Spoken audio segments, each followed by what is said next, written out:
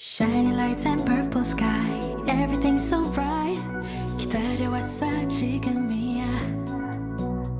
Turn off your phone and off your mind. Look at you so bright. 멈출 수 없어 지금이야. Oh, I'll take you to the moon. Come on up, enjoy your ride. Oh, I'll take you to the moon. Just be ready to enjoy your night. Oh, baby, it's right now. You don't wanna waste this time. 어디든지 가줄게. Yeah, I'll go to work, can't stop. 이루어질 거야. I'll take you to the moon. Na na na na na na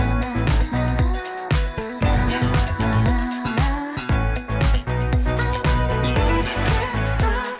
이루어질 거야. I'll take you to the moon. 춤을 춰봐 left and right. You know you feel so right. 다른 시선 따윈 don't care. 무기타져라 소리쳐. You know you feel so right. 이제부터가 시작이야. Oh, I'll take you to the moon. Come on up, enjoy your ride. Oh, I'll take you to the moon. Just be ready to enjoy your night. Oh, baby, it's right now. You don't wanna waste this time. 어디든지 가줄게. Yeah, I'll go to work, can't stop. 이루어질 거야. I'll take you to the moon. Na na na na na na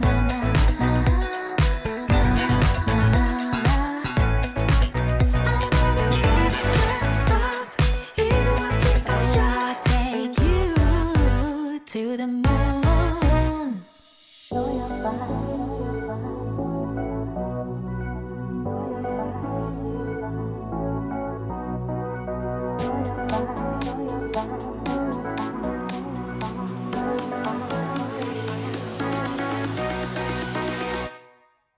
Oh, baby, it's right now.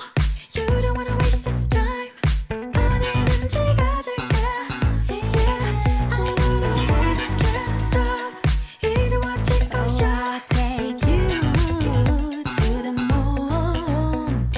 Na na na na na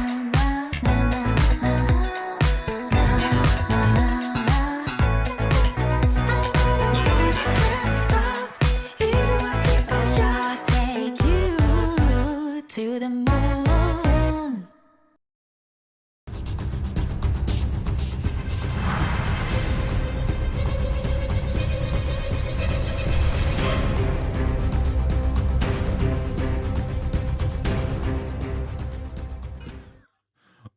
Good evening and welcome to Be More Super Live. We've got a great guest and I cannot wait to welcome this man onto the show. Before we do, I've got to give this a bit of a plug because we've got a great giveaway courtesy of Prop Store. If you want to win yourself a production used storyboard from Star Wars signed by Robert Watts, remember to hit subscribe and we're going to be announcing on the 3rd of January. We've got some crazy ex-girlfriend fans, Dan, on the show. I'm sure my wife is going to be watching this live as well. But without further ado, let's introduce our great guest. It's Vincent Rodriguez III. I think by magic we've got him on. Hello, Vincent. How are you? Hello, good to see you guys. Thanks for Oh, having me. do you know what? So excited. I've got to say, my wife, this is the first time my wife has actually got really excited by one of my guests because Crazy Ex-Girlfriend is one of her favorite shows. And every time I get a guest on, she doesn't really know half of them. So she's really excited. So I'm sure she might be commenting at some point. We've got some comments already from Oh, Nicole. already? Yeah, Nicole, I love Yes. Crazy Ex-Girlfriend. Josh Chan was one of the best characters, and Vinny seems like such a great person, and she loves supporting you, which is got to be great to have that support, especially when the show finished in 2019. But it's got like a cult following. It really, really has. But thank you so much. You're in currently in, is it San Francisco at the moment? Yes. Can you hear me okay? Yeah, perfect. Fantastic. I'm just gonna not stare at the screen, even though I'm on a delay. Yeah, The it is audio slightly is odd. fine. Yeah, you are correct. I am in San Francisco, or specifically a suburb of San Francisco, Daly City, California, which is where I'm from, and I'm currently at my mom's house in the room that she uses as a guest room, but it used to be my sister's old room. So this is the house I grew up in. Oh wow, wow! And then you're there doing dance, teaching dance from your Instagram. Literally, you travel non-stop. I mean, do you ever get sick of doing all this traveling? You know what's interesting about that, Brian, is that when I was thriving in New York as a actor who was trying to be on Broadway and pursue exclusively musical theater, I'll say, I got really used to traveling, and I did a lot of national tours of Broadway shows. So, and I did a lot of regional theater. So I was at Paper Mill Playhouse, Main State Music Theater, Lincolnshire Music Theater, at the Marriott in Chicago. Um, I just traveled around a lot, and I remember between jobs, I'd always come back and visit my mom and my family and my friends here in San Francisco. But during that time, the only difference is I'm not touring anymore. I have a whole nother life. I live in Los Angeles. I do television, film. I can say film now because I have a movie, which I'm sure we'll talk about. And I do a lot of voiceover, more than I actually thought I'd ever do. And I'm not only do I have the career that I dreamt of, but I actually got to be a part of projects that have a meaning to me and that make Mm, an impact in the communities that I happen to belong to, which are the Filipino mm. community, the AAPI community, Asian American Pacific Islander, and the LGBTQIA community, and the Bay Area community. I'm from San Francisco. Um, but trust me, if I could be from the UK, I totally would, because I just can't get enough of their accent. And I can't get enough of just seeing on the shows and the British Bake Off and listening to the accents and learning where all the people, how their accents go from where they're from and whatnot. It's so trust me, you have a Dan, UK fan yeah, who's waiting to get a job in the UK. Dan, Dan, Vincent sounds more British than you do, mate. Yeah, I've got to. that's actually really impressive. To be fair, I mean, have you ever met? Have you been to the UK much, Vincent? Do you find that it's somewhere that you go to? Um, so funny. You know how you really know an accent is that you start thinking in the accent. Because I was in my head, I was Yeah, like, "Oh yeah, I've been there a few times before," and I'm like, yeah, "Why good am I one. going into like a Cockney? What's happening?" I did. Yeah, my husband and I, we went there. I think it was my second or third year of Crazy Ex-Girlfriend on a random trip in October, and we just got a great ticket, and our friends were there to see Kylie Minogue, our queen of disco, and my queen of Christmas and disco, which is double win. Yeah, we love the UK. My husband has a lot of roots in Scotland and London and in Ireland, and so he's big into the 23andMe, figuring out where he's from, and I honestly, like, I really appreciate the UK. I love the UK. I love Canada. I love these different whenever I travel, I just love traveling to those places. And if I could teach there, I would. If I could act there on stage or in a movie or in a TV show, I absolutely would. I think, I know for me personally, in my journey, because of where I'm from, I wasn't really raised to believe that those things were attainable. Mm, And as I've learned in the last, I'll even say, I could say the last, 6 years of my life, 8 years of my life that I've been in LA, but really like pandemic. I think that was a huge turning point for me. And maybe some of you out there will also resonate with this. The pandemic just made me have to face myself, mm, and it made me really force the realization and the coping of just how things are in the world, and things aren't ideal, and how that affects an artist and someone like me who has a lot of interests and never really had a easy time trying to pick what I wanted to do. So I did pretty much everything. So like if you were to pay me to teach for a whole day, I could teach you something different every hour on the hour for 8 hours. That from what I've learned, like I'm an actor, I'm a singer, I'm a dancer. I've even been a music arranger. I've been a music director. Technically, I've been a choreographer. I've been a magic consultant. I perform magic. I'm a musician. I'm a magician. I'm a gymnast. So and I also am a professor of art. Um, I know that could sound however you want to say it. If you just look up the definition of professor and the definition of art, I profess art. I, I believe in I believe in artists. I believe in the power that we have to tell stories, and that comes before ego. It comes before fame, and it's taking me a long time to figure this out for myself.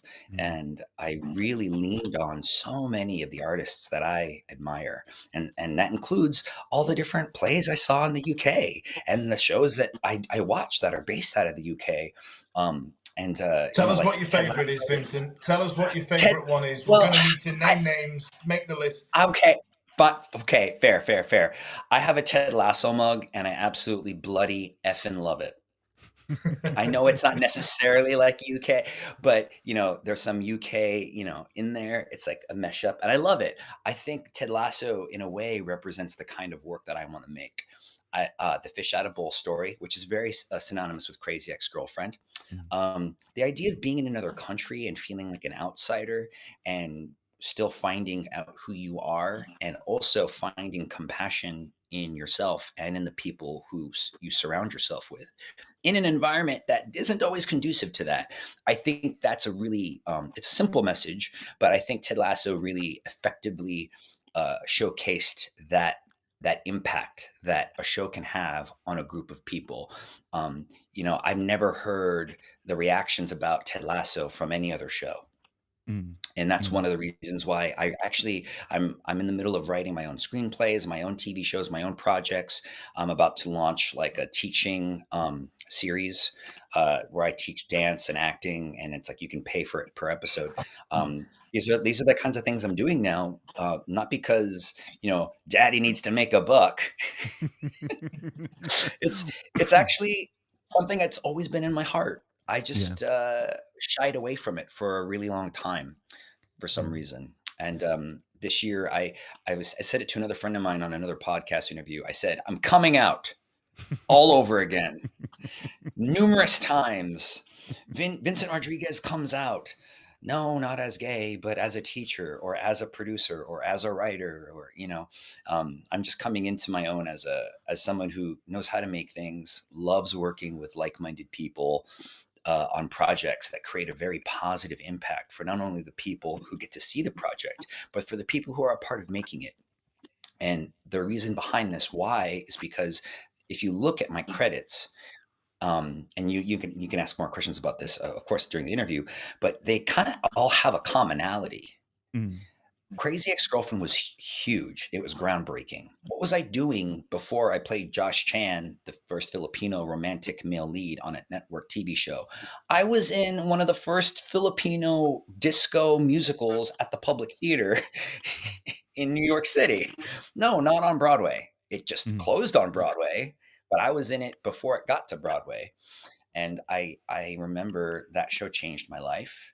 I performed for Joan Rivers 2 months before she passed away. Wow. Numerous celebrities came through that audience, and I got to exercise my abilities as a singer, as an actor, as a guitarist, because I played the DJ for the first month of that run, and I understudied the two leads played by Jose Lana, Putnam County Spelly Bee on Broadway, and then Conrad Ricamora, King and I on Broadway, and television's How to Get Away with Murder, and I think the Fire Island movie that he was in recently. So I feel very honored that I've been able to be a part of projects that really break ground for Filipinos or the LGBTQ community, and it's kind of snowballed. So with Love, Prime Video, Bisexual Filipino Dreamboat, Henry Cruz, Ghost of Mama McGee season 2. I play J Jeff, not G Jeff, and J Jeff and G Jeff are a couple, and I play J Jeff, so a gay couple on a Disney animated series. And I'm the voice of Raiden in the new MK1 video game, and I'm playing opposite Jonathan Bennett in the new Christmas on Cherry Lane Hallmark Christmas movie, which features, I think, for the first time, a same-sex couple. So I don't know if all this is true. Yeah. Why are you saying it? It seemed. I mean, I'm looking around, going, "Is this really true?" But the thing is, though, it's great that all these projects are pushing boundaries, because at the end of the day, we're in 2023. Do you know what I mean? We need to normalize things and get them on our screens a lot more. I just wanted to say, my wife has actually just done a comment there saying, "Hello, Josh." Hello, Josh. Hi, Shell. Is that Shell? Shell, it is. Shell. Yeah, my wife. Shell, it's a pleasure to meet you. That's it now. I'm in the good books. I'm in the good books there. Am But I? yeah. I mean, I wanted to ask, because obviously, your Instagram account, I mean, I've been following it for quite a while, and it's quite inspirational, the stuff that you Thank put you. out there. I mean, do you Thanks. feel a lot of responsibility on what you put out, and the messages that you send? Because it's one thing having 1,000 followers, but then having well over 100,000, and so many people looking towards you for a bit of guidance, a bit of advice. I mean, I think the latest one about Eric the trainer was actually really, really good. The fact that, if you can't make the gym for the whole session, make sure that the time that you can, you make it the best, 20 minutes or 10 minutes that you can, which actually is a really good saying. And it's got me thinking, which is done the purpose, I presume, of posting. So how much pressure do you feel having to put out stuff like that? I feel pressure. I wouldn't lie to you. But just like when I teach. Sorry, now Teacher Vinny is out, guys. So these interviews are going to be a lot different. What year is it? Vinny was talking about teaching. It was 2023. When I'm teaching, the way I'd answer it is how you do anything is how you do everything. Mm. So when I met Eric the trainer, my life completely changed. And whatever paradigm, whatever reality I thought I lived in, he was about to break it. But not to break me, but to actually help free me. And in a way, free everyone, free you. Like, that's how he talked to people. That's how he treated people. He was, the best way I could describe him is, he was like the sun, and we're all planets with ecosystems and plant life and nature that need the sun, the rays of the sun, the vitamins from the sun, to live and to thrive and to grow.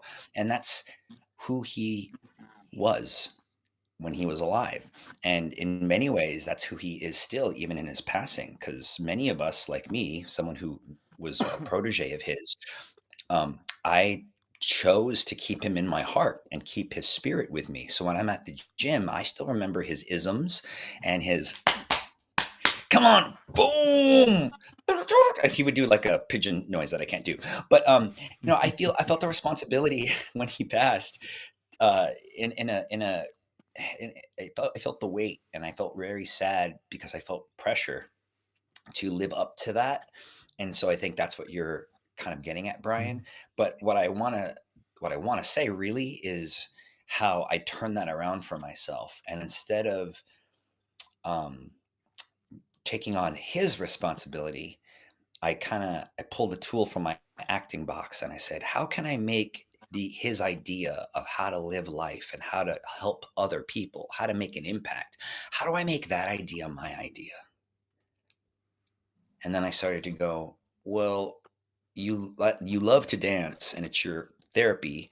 So what if you started to share the videos of you dancing? And then my response to myself, because I talk to myself quite often, actually, And my response was, you're not perfect though. They're going to see like you're not, it's not polished. It's not done. They're going to judge you, like that's honestly what the noise in my head was. And then some way halfway through the pandemic, I had a realization, and I realized that I was a perfectionist and I needed to quit that and begin recovery from being a Mm. perfectionist. And thankfully, I belong to an acting school. It's called the Acting Center. And they're the first acting school I've ever trained online. I just think that's kind of silly. Like, what what could I possibly learn from an acting school in this format? Well, I mean, if you look at my credits the last like 4 years, that's that's the bread and the butter right It's the there. way I mean, forwards. it's a way forward. And guess what? Like we were in the pandemic, so this was Mm. your callback. This was your audition, Mm. And my mentees, because I do mentor people, not for money, but that's why I'm going to start actually doing it as a means of income, because I have a production company that my husband and I call Orpheus Media, and we have things to make. And I want to raise money for that company so I can hire my friends, my mentees, and really help them thrive in their careers, but also have them help me build my business so that I can make more of a positive impact on people. And the posts are just an extension of that. I have someone helping me do that, and she helps me therapeutically, like she always checks in with where I'm at, and then we go from there. She asks, what are you excited about? Which is a brilliant prompt. I just go, well, I did this thing and this thing, and I really want them to know this and this. And she goes, and then she prioritizes those. How does that sound? I'm like, oh my God, that's so exciting. And then we go with that, um, which goes to this phrase I learned: you just follow the energy. Mm. You follow where your drive is. So for me, I was depressed. I titrated off of my antidepressants.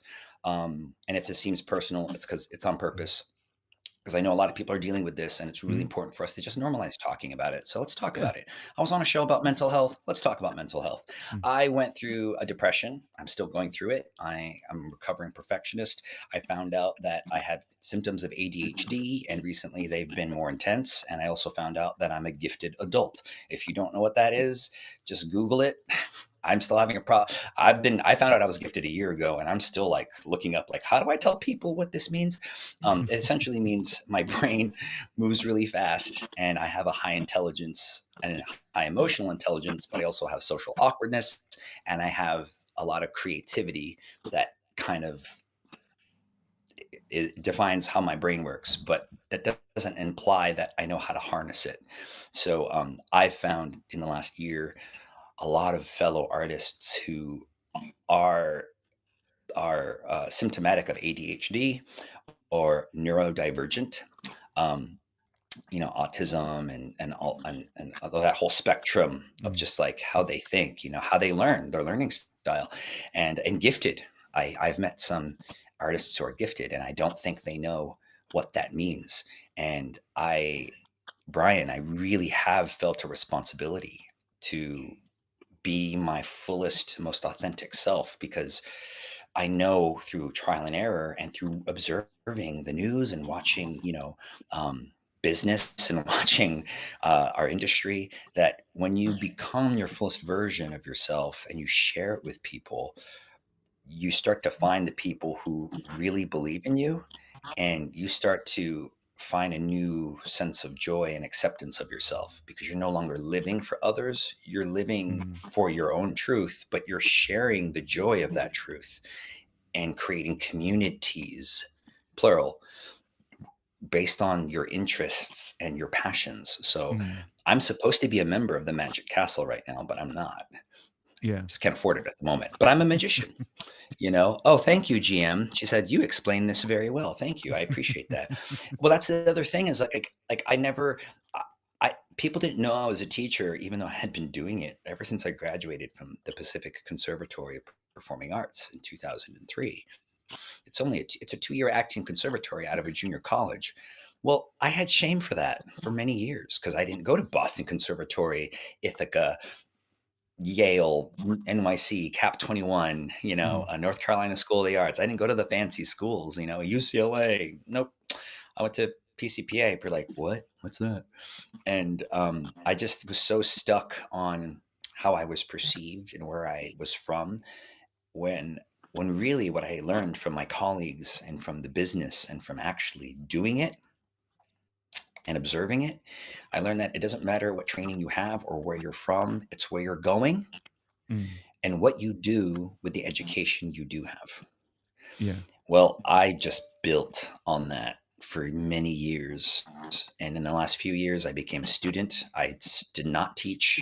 And then only like a year ago did I actually start to teach. And of course, that opened up a whole new wonderful can of worms. So I've been catching a lot of different fish that I've never caught before. You sound so literally so busy, and I was going to say that do you live your life at 100 miles per hour? Because literally it's fascinating just talking to you, listening to everything there. It's just astonishing. I mean, do you keep yourself busy for reasons? Because it sounds like you're always wanting to do things all the time. I mean, do you ever sit back, relax, and put your feet up? Oh, yeah. I love doing that.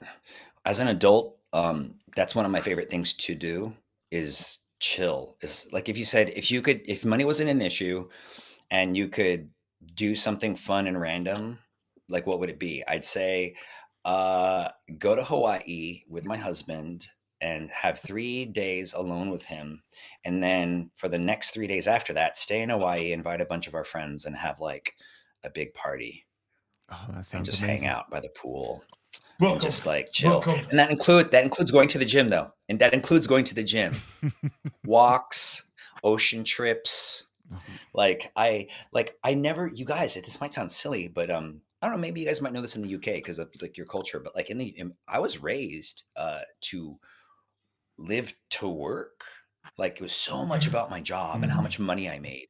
And it really took me, I mean, I had so much resistance, and my environment was such a powerful entity that I felt locked into this mindset where what I really needed to do is break free of this mindset and start actually living, working to live, Mm, like Mhm. spend the money that I make and create the life that I want, because that's in my control. And depending on what you do for a living, you won't always have control. But those of us who are artists are ideally doing what we love. And that's one of the reasons why they say do what you love, because then it's not work. That's not wrong. It's just there's a lot more mindset boundary structure that needs to happen in order for you to actually line it up in that way. Because I've been studying it the last few years, because your observation is spot on, Brian. I mm. got a little obsessed. I got obsessed with um, how and why. And my acting school actually asked, this is how my acting school's founders came up with their school. They were basically frustrated with why actors weren't working. And they're like, how can we get more actors to work? What is actually working for actors? What is getting them the job? So they studied this for collectively between the three of them for like 15 years, and they arrived at this technique, which is a culmination of all the techniques, but they just picked the parts that were most easily repeatable and doable for the sake of being on set or on stage or in rehearsal. And I think that's fascinating, because as someone who is theater trained, Shakespeare trained, voice and speech, musical theater ensemble, martial arts trained. I have 2 black belts. I'm a magician, so I know how to design effects. I know how sleight of hand. I know how to misdirect you. I know how to get you to think or say whatever I want you to think or say. With all that knowledge, I was like, I want to learn this, because then maybe I could start helping the people around me get out of their own way, and then they can be their fullest version of their authentic selves, and then we can all kind of communally grow. And then when that started to open up for me, with love happened. Mm, mm. And now I'm Kenny Cruz, bisexual Filipino dreamboat, on the new Amazon Prime show that is essentially your typical rom-com, but actually diverse, inclusive, and multi-generational, and celebrates all these minorities and shines joyful light on them, shows them, wealthy and being doctors and in nice clothes and feeling and being happy, which we Mm. don't see a whole lot of. We need that Ted Lasso. We need that, we want that humanity, that compassion, that empathy, the thing that draws us towards one another, not necessarily focusing on what pulls us apart, the Mm. drama. That's kind of inherent. We don't hear nearly enough about the good deeds people do, how people show up for one another. And I think a lot of the projects I'm a part of shine light on that, and Mm. that's what my career has kind of become, and I'm really proud of it. And all my traveling in the last few months is a combination of many things. One, I love to teach. Two, I love to travel. Three, my husband travels for work, and I just basically go with him. But I just wanted to ask. I wanted to ask because crazy ex girlfriend has still got Yeah, this massive following, and rightly so, because yeah. it's a show that we've never seen before. And honestly, I don't think we'll Mm. see again. It's got a mixture of musical numbers. It's just amazing. I mean, what was that experience like working on that show? Because the cast, is just phenomenal that you share the screen with. But what was that experience like for you? Because it must have literally propelled you into the limelight. Yes, the experience of being Josh Chan on Crazy Ex-Girlfriend thrusted me into the limelight, and I feel like when it happened, I was ready because I stayed hungry, I stayed curious, and I knew that when I got that call that I was gonna get the part, and then later on, months later, I got the call that we got picked up after we got dropped by CBS. We got Mm. picked up by CW, and it was a quick turnover. So I think it was 2 or 3 months from that call, we were doing it. Hey, Lucy. Thanks, Lucy and Lemaire. She says, we love Josh. That's so sweet. I love you, Lucy. I love that woman. She's amazingly talented. Uh, yeah, that Crazy Ex-Girlfriend changed my life. And you know what's really cool, Brian? When I did go to the UK, remember, Dan, when you asked me when I went? So something happened. My husband and I were there with our friends TJ and Archie. We were only there like 2 or 3 nights, something crazy. We stayed in Soho in an Airbnb. It was wild. We did everything. We barely slept. We saw Kylie Minogue. We went to the Harry Potter set tour. We saw Aladdin in the West End, and my friend Ethan Lee Fong was the cover for Aladdin. He didn't go on, but like I got to see a friend who I knew, and that was really cool and fun. But at nighttime, I got recognized, and I was very perplexed. It is nighttime. We're in season 2 of this show that even people in America don't really know it. And you know me as Josh Chan. That moment was when I knew, okay, there's something deeper here. There's something in this show that transcends just the music, just the comedy, just the writing. It's everything. It really was everything. I have honestly hundreds, if not thousands, of photos and videos on my phone that you probably have never seen of my time on Crazy Ex-Girlfriend. And this coming year, 2024, you're going to see all that.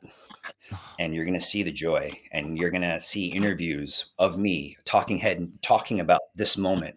You know, it's going to be like a part of my YouTube channel. So it's a part of my initiative for the 2024. I'm writing screenplays, writing TV shows, and building my YouTube channel and my social media following and engaging with the audience and being a teacher and being an artist. And part of that really kind of came from Crazy X because I had such amazing leaders. Like Rachel Bloom is an amazing Mm. star.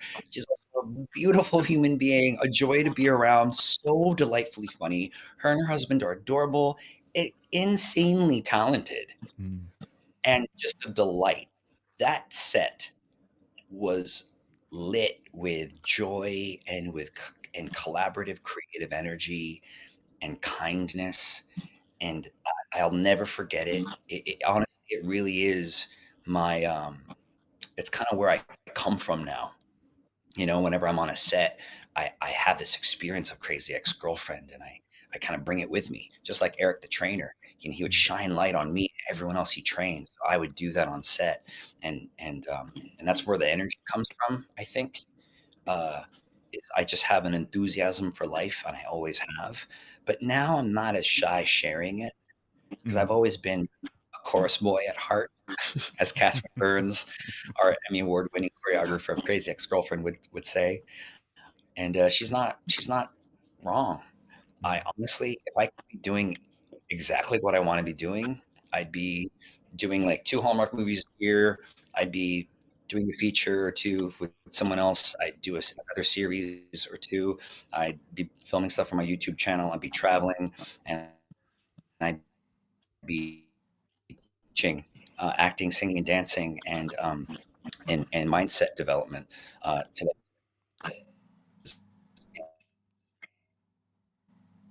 Oh, and performing at schools.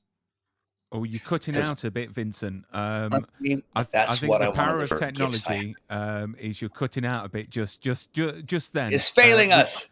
We didn't catch the Go last ahead. bit. Good Where did old I go? technology. What was Um, it? It's okay. What was oh, it? What was it? oh, no, it's okay. So good old technology, Vincent. Good old Let's do the technology. sponsors. Let's do the Do, sponsors. do Sorry. you know what? Do you know what? I wanted to ask. You know, with all the songs and the musical numbers in Crazy Ex-Girlfriend, have you personally got a favorite that literally you absolutely loved to do? Because I can imagine you loved to do all of them because they're so well written, so well choreographed and performed. But have you got a personal favorite of which one you would love to get a chance to do again? A song on Crazy Ex-Girlfriend that I would love to get a chance to do again would be difficult to pick. Honestly, every time I get this question, "What's your favorite song?" It's really tough. You'd have to be specific with me. Like, what's your favorite duet? What's your favorite group number? What's your favorite solo song? What's your favorite solo dance? Like, because we had so much in the show. But I will say, I think the way I'll answer your question, Brian, is I'll just say a number that has all of us in it, which I think was um, either antidepressants are so not a big deal, the Mm. live performance, or the opening to the live concert, because it had all of us in it. Mm. It's honestly the best. Just having those people like Rachel Bloom, I mean, Donald Champlin, Pete Gardner, David Hull, Gabrielle Ruiz, Vela Lavelle. I mean, we had Skylar Astin for as Greg the last two seasons. I mean, it's Broadway's Santino Fontana, Broadway television, and Frozen's Santino Fontana as our Greg for the first two seasons, and then this insanely talented and hilariously funny reoccurring cast, guest star cast, co-star cast, like the funniest people in Hollywood were in Crazy Ex-Girlfriend, and it was just such a diamond in the rough that I couldn't possibly pick one, which is why there are still hundreds, if not thousands, of videos and photos of these moments in my phone, of me in the booth, of me recording backup. Like, Brian, I sang backup on almost every song on Crazy Ex-Girlfriend that had a group song, Wow. a group of people. So yoga, I'm so good at yoga. Om. I was the Om. That is Om. awesome. That is I'm the awesome. Om. And then, Do, like Stupid Bitch, like I sang tenor, baritone, bass. I sang as a drunk 50-year-old. I sang as a not out gay tenor, who's there with his mom. Like I created all these little characters in the voiceover booth and got to add that to these numbers just for fun and as a great practice before I actually did voiceover. And it actually did pay off. So, yeah, that kind of helped a lot in my voiceover career, which happened after Crazy X. I mean, do you ever think that you're all going to get back together at some point? Because that live show that you did was incredible. It really, really was. I mean, do you think Oh, there is a yeah. chance in the future to maybe get the gang back together and do like a reprisal sort of maybe like a tour? Dan is doing prayer hands. I just want Yeah, I everyone need that. who's listening. I'm gonna need it in my life. I breathe it in. I receive it. Dan Fudge. I receive the energy. Brian, I'm pretty sure it's gonna happen. I don't know when, but it's gonna happen. Whether Rachel wrangles us or I start raising hell on the text chain, which we still have. We have a crazy ex-girlfriend text chain, and the title of that text chain changes depending on what's going on or who it chimes in. It's a lot of fun. But I mean, I've even thought about it and talked about it. I don't know if I've ever said it out loud, but if you give me a bundle of money, I'm going to produce a crazy ex-girlfriend reunion concert, or I would love to do a movie or a mini series. Or let's do it again. Let's just do like a mini series that turns into a concert. And then we do with the concert live, and then let's tour it. Like, because here's the thing. I know that stuff costs money, and I know there's a lot of hoops to jump through and a lot of people to pay and do to make that work. Sure. However, our show has these really genuine, huge fans who have a very, very soft and meaningful spot in their heart for our show. And you know how I know that? I can see people literally change their emotional and energetic state when they see me in person. It's wild. When they look at me and go, "You look familiar," and they realize that I'm Josh Chan, they turn into someone else, and it's like they're reliving the moment that they had when they watched the show, or the moments they had because people watched our show. They re-binge it. Our show is re-bingeable. People are like, "I'm on my 7th watch." I'm like, "Wow, that's a lot." And then in the live shows, Brian, I mean, if you weren't there at one of the 2 sold out nights of Radio City Music Hall, I just don't know what to say, because a lot of people came from another country to see us. So yeah, see, Dan's like, "What the F, Brian? Thought you were there. Were you not there?" I was there, Brian. Do you know what? I've only been to Radio City once, and that was to go and see the Rockettes at Christmas There you time. go. Yeah. And it was amazing. Do you know what, Vincent? Don't go away. We're just going to have a quick message from our sponsors, and then we're going to talk about Christmas and your Hallmark movie. So don't go away. Won't be a second.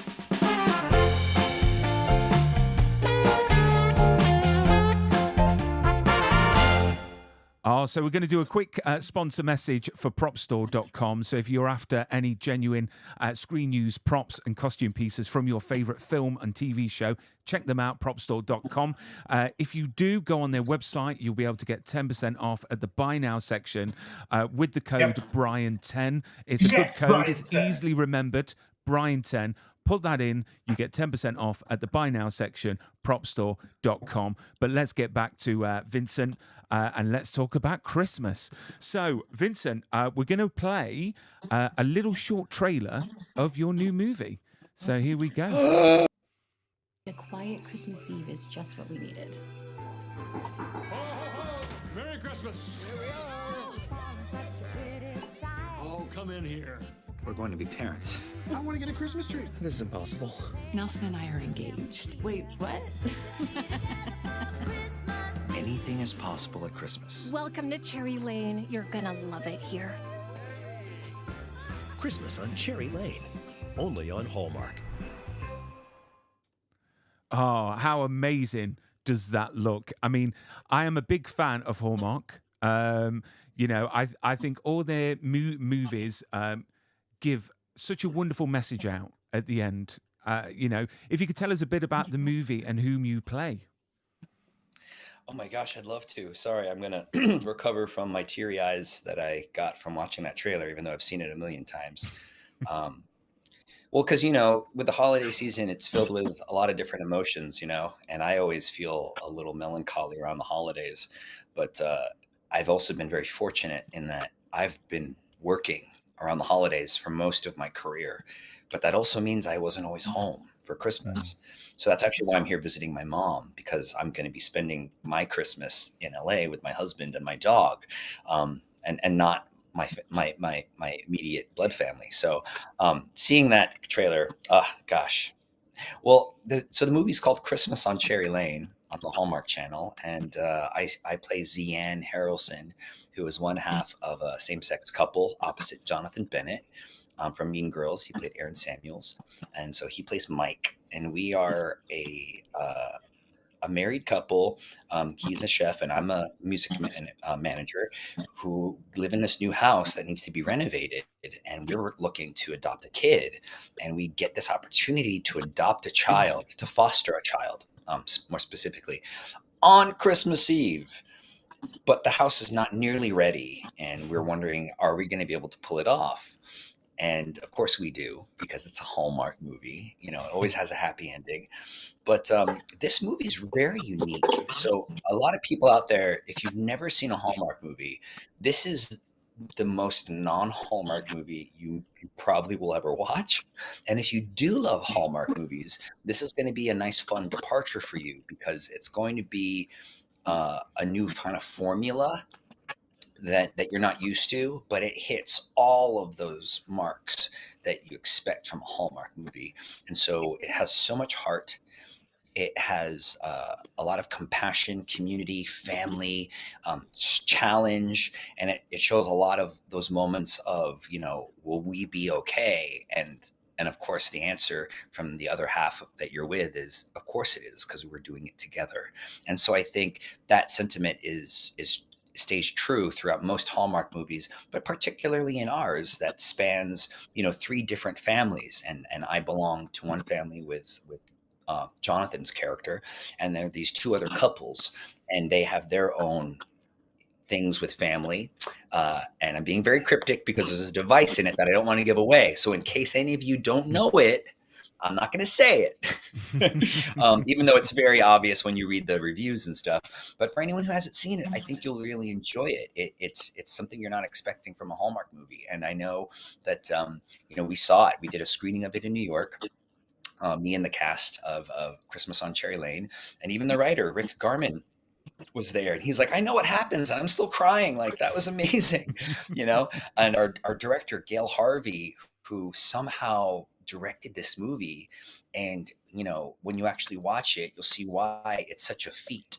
Like, how did you direct this movie structured in this way with these 3 different couples that didn't always necessarily meet? How did, and it was quite the challenge. And my preparation for this movie was one I'm a little ashamed of, because it involved not reading the entire script. Don't do as I do, you guys. Don't do as I do. No, but actually, so without giving away the device, I was so nervous. So this is like a little personal thing. So I was so nervous, you guys, about doing my first movie. I only read my scenes. I got obsessed with my scenes, so I knew them so well. And it wasn't until 2 days before leaving for Vancouver to film the movie did I actually read the entire script and everyone else's scenes. And keeping in mind, I had been prepping my character and these scenes in my acting class. So I'd been rehearsing being the character, having their thoughts and saying the things they would say and imagining their life and all the moments before and the moments after the scenes. So I was doing all my work. But then once I read the script, it felt amazingly good to see how my story correlates with everyone else's story. And then I realized how complex it is, but also how beautiful it is, because in a way, life really is that complex. And you never know how your life impacts another person's life, or when it will impact that person's life. And I think that's a hidden message in the movie, is that your kindness to yourself, to your family, to your community, to your neighbors, to strangers, can have a huge ripple effect on what happens in the future. And I think that's a beautiful thing to take with us for the holiday season. 'Tis the season to be jolly. Exactly. And Exactly. I mean, I cannot wait to watch this film, because I love a Christmas movie, and I love Hallmark as well. And as you're saying, it's a completely different Hallmark movie. What I wanted to ask you was yeah.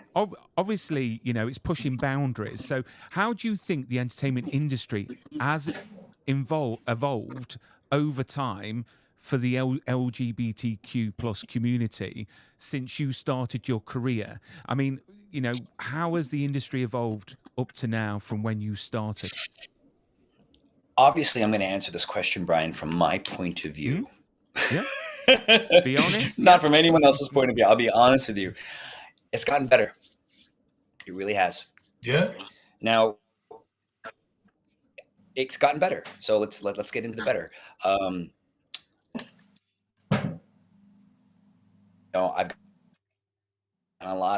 been approached by 10-year-old girls together.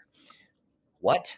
I've been approached on cruise ships. I've been approached in the UK. I've been messaged in other languages about my representation on Crazy Ex-Girlfriend and how other Filipinos and other people of color who are gay or who are martial artists but also love dance,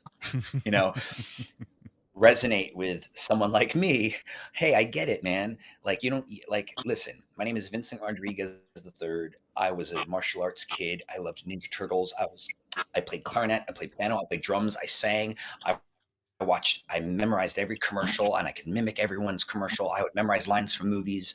I would play pretend. I would do martial arts move and do flips. And then I'd also do magic tricks for people. And then I'd also pick up trash at my school and be a community service person. And I'd lead the marching band and twirl batons. I would do all these different seemingly opposing things. And it really was just me trying to play and have an impact on the world and engage. It just takes a lot of time, and it's also super distracting, in the best way, because you don't always know. Sometimes it's literally squirrel. Like, for instance, I have no idea what your question was. Excellent. Basically, it's a great morning, y'all. We're doing well. We're doing well. All I wanted to know was how the industry has evolved over time with representation for the LGBTQ plus community. Well, he said better. And you said it's got better. So let's talk about the better. Yes, the better. The better. See, that's a good sign. See, I'm a member of the LGBTQIA community, and I was so distracted by all my abundance, I didn't even know how to respond to the question. No, it really has actually gotten better. Like, just to see, to walk into gay communities and to be recognized for shows like With Love, that's actually a big deal. It's not just Crazy X, because people love Crazy X, and there's a lot of reasons why Crazy X should be popular. But With Love was a really diverse, inclusive, multi-generational show that had leads who were non-binary and or trans. Now, that's a very big deal. That is huge progress. That's why I truly believe, even though With Love isn't coming back to Prime Video because it got canceled, someone has to pick us up. Like, With Love is such an amazing show. If you think of the show as a universe, like a universe where those people exist, those themes exist, those relationships exist, I think we need to live in that universe a little more. I think more people need to experience what it's like to be in that world. Like, if I could produce a movie of With Love where it's just a movie, I'd be like, let's do it. But I know Gloria, she's going to want a series, because guess what? We have the best time on set. And Gloria said it too. Gloria Calderon-Kellett, our showrunner for With Love, she birthed the show out of a moment in the pandemic where she was turning on the TV, and because she wanted to take a break from social media, and all she saw were her family and her friends, so her fellow Latino family, and like her LGBTQ family. Like, she was only seeing them in pain and suffering. And she went, where's the joy? Where can I go to see joy from these groups of people? And there wasn't anything. So she made it. And it's With Love, which is how you would sign a letter. With love, sign your name. And every episode for the first season was a different holiday. And so it took you into this very nostalgic, not Hallmark, it was its own new depiction of joy and compassion and togetherness. and it was just so beautiful. And we did a second season, and it just was a huge push, I think, for the LGBTQ community. I felt it. And in my career, I've gotten to play Jay Jeff and Ghost and Molly McGee, a gay ghost. I've also gotten to play like a dad in Arlo the Alligator Boy. I'm playing Raiden in the MK1 video game. He's straight. But I'm also playing a Filipino dad in a new Disney Junior animated musical series, which I can't really talk about. I've already said too much. But Quick, get him.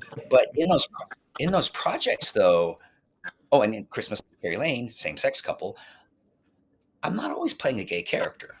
Mhm. I'm playing a straight character. I'm usually playing Filipino, which I think is important, but my sexual preference is interchangeable, which I think is the message we need, because when I was starting out in my career, that is not what was okay. Mm. I was pigeonholed for so many years, y'all. New York, I can blame New York, but really I need to take responsibility and say I believed New York. Sometimes if you put yourself in an environment you really want to belong to, you're so willing to listen to them and do anything they say. And that was me with New York. So I let them tell me what to do. I let them tell me who I needed to be. I thought by pleasing them, I would have a career. That's not it. That ain't it, kid. That ain't it, kid. Musical reference. Sorry. Uh, anyone? Bueller? Chorus line. Tits and ass. Okay. Anyway, moving on. The gays are like, thank you, Dan. Dan gets it. Yeah, Singular. Dan singular. definitely gets it. Okay. Don definitely gets it. Yeah. So it's really changed. You guys, the LGBTQ representation is off the chain. No, that sounded gross, but no, it's really elevated, and it's really exciting to be a part of. It just Yeah. is, because when you see people on the street and you actually don't know if they're a guy or a girl, but you check in and you just look at them and see how they're being, how they're existing, and they could give two shits about what other people think. That's magic. Like seeing a man dressed as a woman with a wig and looks snatched. Like, give it to me. You get a 10 if you want me to rate you. But living their best life. Or a woman who, like, this is a woman, but she's dressed like a man, but she also looks very comfortable in their own skin. That's really beautiful. People accepting themselves, engaging with the world in a way that isn't defensive or preventatively threatening. Like they're not scared to just be them. And I think that's like, I really enjoy that as a out gay man. And I also have been noticing members of the LGBT people who are just allies of our community. A lot of my straight guy friends are straight girl. It's more common for straight women, but a lot of my straight guy friends just have there's zero threat. They just, there's this openness and this acceptance, and it's beautiful to see people just it's kind of like on Crazy X, we subverted the fact that like I'm gay in real life. Like it's not even a thing. Yeah. It's like it's not a thing. Like, oh, this lead is Filipino. Not even a thing. Like we're not even going to talk about it. And in With Love, Henry Cruz, my character Henry Cruz, was described as a Filipino dreamboat, kind of like a Prince Charming. So when I was developing the character, I made a decision. So meaning I made this decision, not Gloria, but she obviously accepted it. I decided Henry Cruz had to look seemingly perfect. So I went to the gym 3 to 4 times a week. Eric, the trainer, was my trainer. We created the body that we wanted Henry to have: wide shoulders, big open chest, small waist. This guy goes to the gym, and they put it into the script. And it wasn't until the end of season 1 that Gloria actually had me take my clothes off. But I made sure that my character was always ready to take his shirt off. because like when I mean, okay, I know I'm not the only one who's going to say this. One of my favorite holiday Christmas movies, wait for it, Love Actually. Yes, Richard Right? Curtis's Right? best Dan, work. Yeah. it does all the things. It's so beautiful. Tell you You know what, what I want? it's You the know, Alan Rickman bit I can't get over. I'm still angry at Alan Rickman now, rest his soul, but I'm still angry with him. But then when you watch it 20 years later, there's a point in it where you go, that's a bit of a scumbag move. You know, if I turned up at Brian's house with a sign saying, tell him it's Carol Singers, you know, and I can love see Brian you, being and a bit yeah. angry about it. I'll be throwing a You're cat not at wrong. you, Dan, You're not- before you know it. you're not And I've wrong. got 4. You're not. So, You're not wrong. but But yeah, I mean, while we're on the subject of movies, I love dance movies. Love them. Literally, I've got my favorites like You Got Served and stuff like that. And I've made a list of wow, Brian. yeah, I love it. We just became friends. Honestly, Yeah. I can bust a got few served? moves, and I used to own a pair of Capezio trainers. You know, the split sole. Yeah, didn't I, Dan? Split soul. Now I'm Split more soul. impressed. Yeah, I did all of it. But I'm gonna name some films, and I want you to rate them out of 10 on how good you think they are. Vincent, are you ready?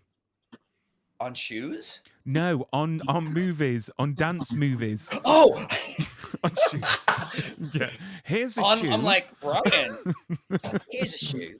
Yeah. What do you think? Here's Yeah, another out shoe. of 10. How about this shoe? How about this Out of one? 10. No. Out of 10. Okay. So these Dance are the movies. 10 movies. I've got a feeling the first one you're going to give it a high score, and I've got a feeling of this. So the first movie is Singing in the Rain. 10. I knew that for a start. The next one is I'm going to sing. I'm Just gonna- singing in the rain. Singing in the rain. Just singing in the rain. What a What a glorious glorious feeling I'm I'm happy again. There we Yes, go. Brian. Duet with Vincent there. And then the next movie is Strictly Ballroom. Have you seen it? I have not. I've only heard. Oh, I it's know, an take my Australian card. movie. It is an Australian movie. card. Amazing. Oh, you've got to check it I've out. heard it. It's Buzz. It's Buzz. Oh, it's awesome. amazing.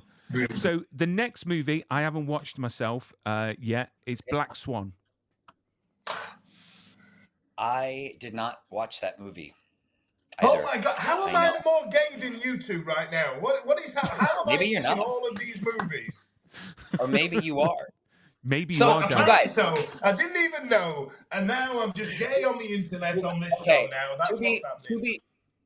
to be fair, though, Dan, to be fair, I have spaces in my brain reserved for my favorite barbershop quartets, and Mhm. you know, like my favorite martial arts moves or my favorite nunchuck transfer. Die Like, Hard so quotes. there's certain things that I just that aren't in there, Fair enough. and other things Fair are. enough. Just Right. So the next movie is one of my favorite actually. It's called Center Stage. Have you 10. watched that movie? No? 10. 10. 10. Oh, sorry. Oh, 10. Wouldn't it- well, wouldn't it be better if we all did a triple? I mean, gross. There's that like anytime I'm in a class and there's like it's a double, I want a clean double. Well, I mean, it's really easy. Wouldn't it be better if we all did a triple? Just like the bitchiest. Like, how did you never say that in class? You guys, that movie. I don't have enough to say about that movie because of how much it's made me want to live in New York. I've taught at Broadway Dance Center. Have you? Like, yes, yeah. It's just what that dance studio is based off of. Thank you, Oh, Lucy right. and Lemaire. Center Stage is iconic. It is, and I think you know what we're due for another one. Right, on to the next one, Saturday Night Fever.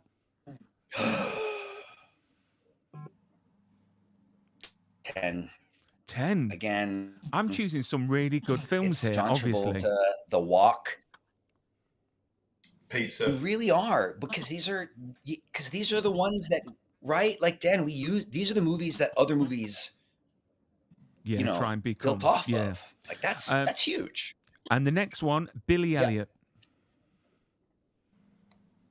10. 10. I mean, I know you're talking about the movie, but like, I'm all about Elton John's musical. Electricity, electricity sparks inside of me, and it feels Dan, like. this man knows everything. Honestly, he's like an encyclopedia. Billy Elliot. So the next one, Flashdance. I auditioned for that on Broadway. Did you? Flashdance. Okay. Yeah, I was up for the Broadway company and the tour. They auditioned me. It was the tumble track that my friend Grady Bowman originated on Broadway. And if you're wondering, what are you talking about? If you remember Grandma's song, Grandma's Standing, and a gentleman they're all in slow-mo. A gentleman goes into a handstand, and then these are his legs, and then folds, hit one leg this way and the other leg this way. So he's in this L, and then he slowly rolls out of it. That's the track they were considering me for, because I showed them I could do activities. So anyway, I didn't get it, obviously, but I had friends in it, and they were injured. It's their loss. They were injured. It's their loss. But I mean, who doesn't want to do an accent and sing Elton John music and dance that show? So exactly. So Flashdance, out of 10, what do you think? Oh, Flashdance. I mean, 10. I mean, the leg warmers, the message, like, it's iconic. It inspired so many other moments that we've created, movie musicals on. Like, there's some movie musicals I have a feeling you're not going to say that I think would deserve the list, but I'm going to let you keep going. Well, the next one is Footloose. 10. Yeah, okay. And the last one. I mean, the shoes and then the solo. I mean, I did a Footloose song. Like, Angry Mad from Crazy Ex-Girlfriend was a model of Kevin Bacon's Footloose song. But just imagine martial arts and more 80s. It's such a good song, that is. It's so good. Yeah. And then the last one is again one of my favorite movies. It's Dirty Dancing. Oh no. Just remember, you're the one thing I can't get enough of. I mean, right? Because lift.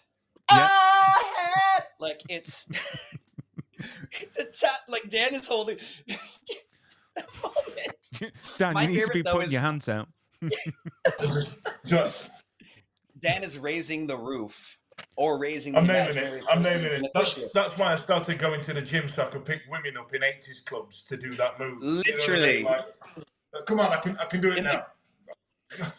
I drink protein. Come on, I can do it. Do you know what? I think you did.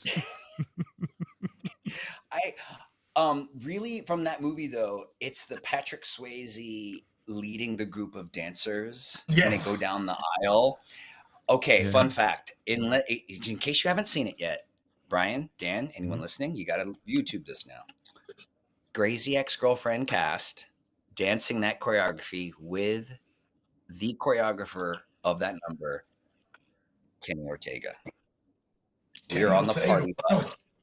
We're on the party bus in season 1, and we are doing that choreography with Kenny Ortega as the center point. The guy who choreographed the Dirty Dancing dance. We're doing it. Oh, what? Isn't that wild? Do you know what? I just think that film and Patrick Swayze was such an accomplished dancer. And it was just watching poetry. Do you know, watching him dance and his movements and his point work and just the way I'm going to bore you to death on this point, Ryan. I'm going to absolutely just bore you with an interesting fact. Go on, then. Dance facts. Do it. Dance facts. I'm a bit of a closet geek on Patrick Swayze. His CV, his resume didn't have any dancing on there. He was renowned for being a macho man and playing football and stuff like that. But while he was playing football, he injured his leg. But it turned out he could really, really dance because his mum ran and owned the biggest dance school in the biggest state in Texas. And he was actually brought up around dance, but it wasn't on his resume. And then when they found it, they were like, "Well, we've got the guy because he's got the hooded eyes that the writer wanted." Hungry It's eyes. hungry eyes. You know what? I actually, to add to this story, I was obsessed with martial arts as a kid. Surprise, surprise. And along with Bruce Lee, Jean-Claude Van Damme, Chuck Norris, who was featured in there? Wesley Snipes, Patrick Swayze, in a beautiful like back stance or a horse stance with like a beautiful form of like guard position. And I looked at his body. I mean, he was shirtless and he was beautiful, but I saw the pants he was wearing. I saw the piece and I saw the discipline. And I was just like, he's a martial artist. So not so dissimilar to my man, my idol, Gene Kelly from Singing in the Rain. But there's a whole, if you watch his, he had a master class series back in the day where he taught the correlation between dance and sports. And so if you look at his documentary, you'll see that. And if you look at Patrick Swayze's career, you said football player, and then mom owned a dance school, but then you look at his form as a martial artist, it's not so dissimilar. So fun fact, I train in dance not just because it's therapeutic for me, and not just because I love it and it's something I'm good at, and not just because I think it's a beautiful form of human expression, but I also do it because it's the closest thing I can do next to martial arts that isn't as abrasive. So if you taught me, if I took martial arts every day and then you throw me into a dance class, I might not do so well because it's that apart, different. But if I'm in dance classes every week, 3 or 4 times a week, and then you throw me into a stage combat or on-camera fighting class, first of all, I've already taken a few of those, and second of all, I'd be able to pick up the choreography like that because it's choreography. Like it's creating a shape with your body, and if you're an actor, knowing the intention behind each shape. So the jab versus the the jab is straight on from the eye line, but the hook is gonna come. You'll see my face before you see the punch. Accelerate. And these are all the things that you would know if you did on-camera fighting or stage combat. But like as a dancer, I have such an awareness of that. Like I can slow down any part of the movement that you want, which in a fight is ideal and necessary to on-camera fighting. Because if you watch those fights, I don't know if you've ever seen behind the scenes of a fight, like a long sequence fight. The fighters are not just fighting the people; they're also honoring the timing of the cameraman, because the cameraman's the other person not in the fight, but they're a member of the fight. It's like doing a play, and the audience is the other member of the cast. Because they're watching, they're the observer. And so, well, that's one of the things I remember taking away from my on-camera fighting training, and all the time I spent doing stage combat and musicals, is whether it's live in person or on camera, you as a fighter, as the performer, the actor, the character who's in the fight, you're not only in charge of the fight, but you're also in charge of how it is being received. So honoring the choreography and the fact that that cameraman needs to get over past this person before you prep this punch, because otherwise we won't see it on camera. It'll be hidden behind someone. Or I need to hear a yell before that punch happens so that the person who's being punched has a cue to look up. Like things like that, which all seems very dancey and choreographic, but this is all the safety that goes behind stage combat. So that's why I'm even mentioning it. But I think it's all really connected. I mean, I wanted to ask, the films that we mentioned, you said that there was a few on there that you could have thought of that weren't on the list. So what, amazing dance movies are tens in your books that we haven't mentioned?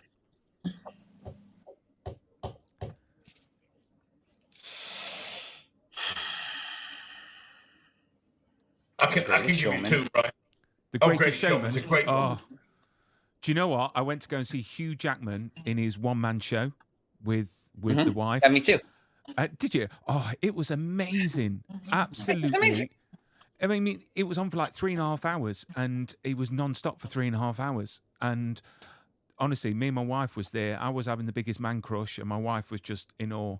And I just think he's incredible. And that show is just, it's a type of film that you can keep on watching again and again and again.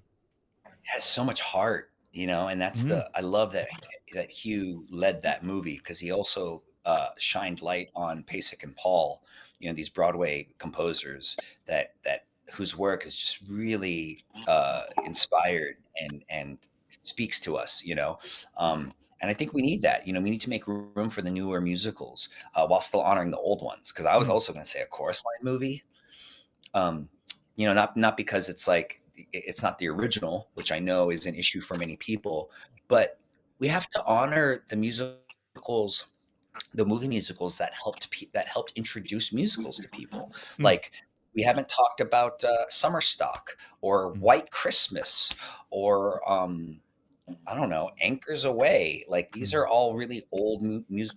The Gay Divorcee, like Fred Astaire. Like these are all old movie musicals that starred performers we don't really know well anymore. Maybe Judy Garland, Summer Stock, and she did a lot of movies with Mickey Rooney. Aside from just her Somewhere Over the Rainbow in Wizard of Oz, but like her movie with oh my gosh, I'm blanking on his name. Van Johnson. Not Meeting in St. Louis. It was a movie that the movie You've Got Mail was based off of.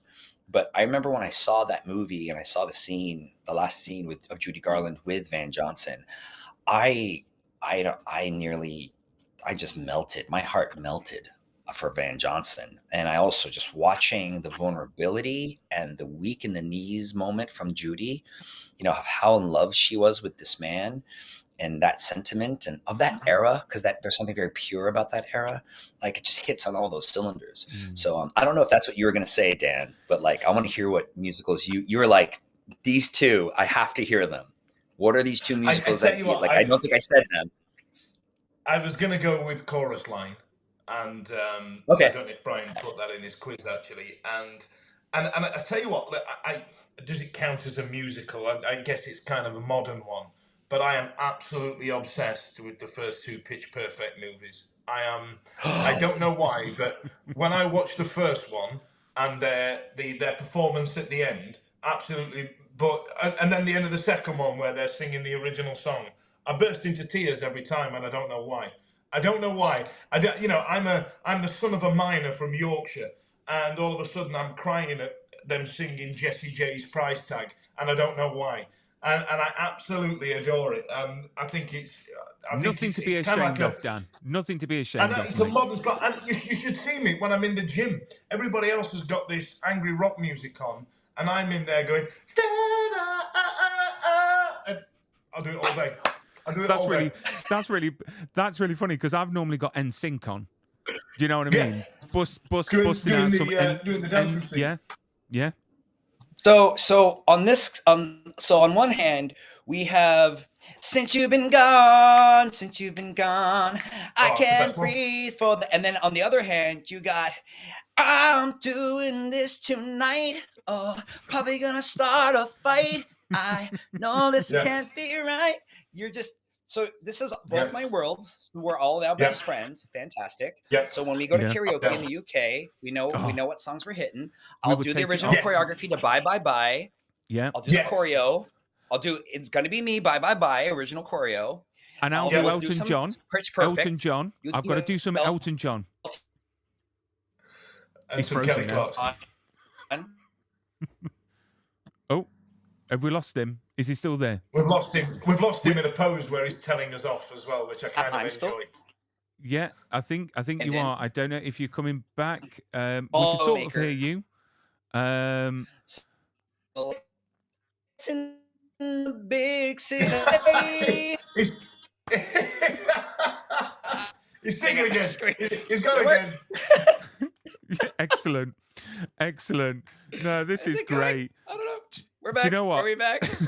You know what? This is great. But yeah, karaoke, we can take it over. I am and- going to the UK. I'm going to the UK in the new year. I have to figure out how do we do a live. Oh, that Let's would do be it. awesome. Let's do it. Oh, do you know what? Yeah, we could take over karaoke because we were talking about doing a reunion, Dan, weren't we? With our we used to work together years ago, like an entertainment sort of holiday camp, and we were called Redcoats. So it's our job to sing and dance on stage and perform and entertain the holiday makers. And we had a reunion not long ago, but we're planning on another one. But my idea was to go to a city for the night and find a karaoke bar and have far too many drinks and just sing the night away. I tell you what, Brian, actually, some of the eagle-eyed viewers might notice that this isn't my normal backdrop. I'm in a terrible hotel in Southampton, and it's where I lived for about 15 years on the south coast. And I'm going to go and meet some friends for a drink. And we were looking at where we can go, and there's, in what used to be a gym, is now a strip bar with karaoke booths. So I feel like the night's sorted, pal. All in one. It's like a buffet. You know what I mean? We go where we want. We can do it. It's a full night in one venue. We have quite the night planned. The three of us. Yeah. I can already tell. Yeah. Then casino. And just so you know, you know what? Okay, so I draw a line. Okay, Dan, calm down. Just simmer down. I'm already there. He's already there. Oh, we lost Dan. He's gone. He just. Oh yeah. I dream of genied himself out of here. He left, and now my hair is falling. No, but I don't gamble and I don't drink.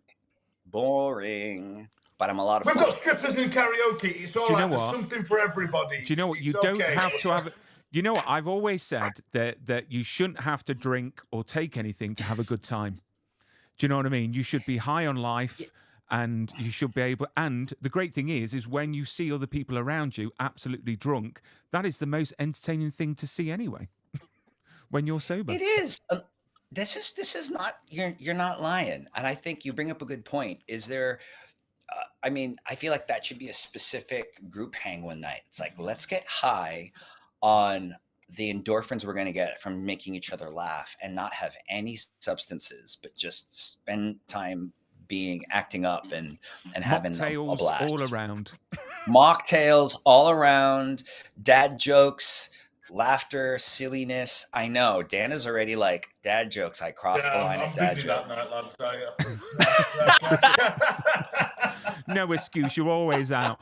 But Vincent, we'll have to close the stream down. Do you know what? I've just looked at the time, and literally, we've been talking for like an hour and 20 minutes. So I do apologise for keeping you this long. I'm 20 minutes late for meeting my friends right now, so it's fine. It's fine. They'll warm everything up for you, my friend. But thank you, everyone that's been watching, commenting. Please hit subscribe. Check out and follow Vincent's YouTube channel. I will share that as well, because obviously next year we're going to get some treats in regards to Crazy Ex-Girlfriend and all the wonderful things that you're doing. But please don't go anywhere, Vincent. We're going to end the stream and we're going to say goodbye properly afterwards. But thank you very much. And that is the end of the stream.